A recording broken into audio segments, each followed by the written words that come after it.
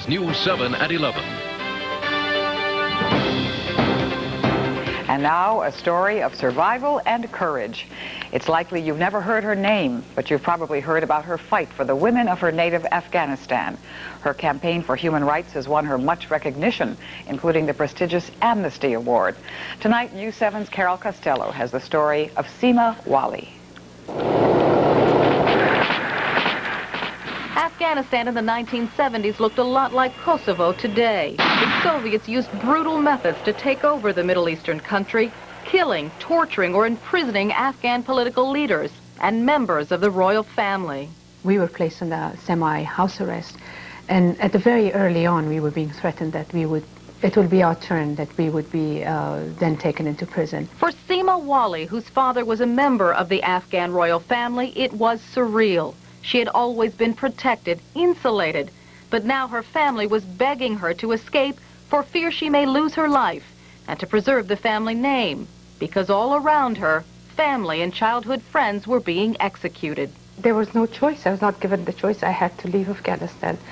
And I left not knowing if I'd ever get to see my family ever again alive. Wali, who worked with the U.S. Peace Corps in Afghanistan, applied for travel documents under a false name.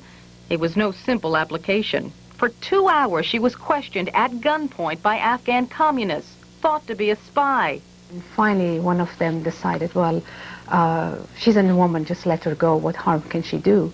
But for those who would eventually let Sima Wali go, it would turn out to be a big mistake. Because, you see, she ended up right here in Washington, where for the past 21 years, she's used her experience and her background to fight for those she was forced to leave behind.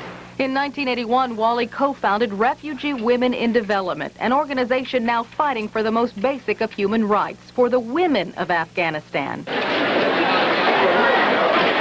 An organization with enough clout to attract Hollywood. I think it's terrific. It's like without the tragedy, you're the Joan of Arc of Afghanistan. My name is Sima Wali, and I'm the president of Refugee Women in Development. And on March 29th, it all came together for Wali. This event, organized by the wife of comedian Jay Leno.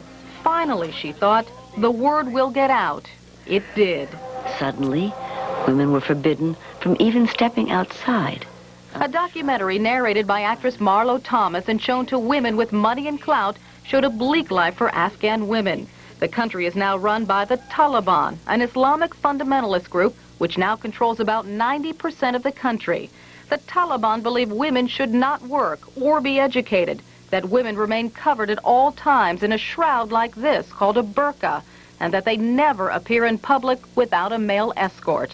The penalty for disobedience is often death. What the Taliban are doing is not only depriving women of their human rights, but they're depriving them of a right to be a woman. Wali hopes the time for change in Afghanistan will come soon. If not, she will continue to fight, and perhaps one day be able to go home an equal and free woman. With a special report, I'm Carol Costello for News 7.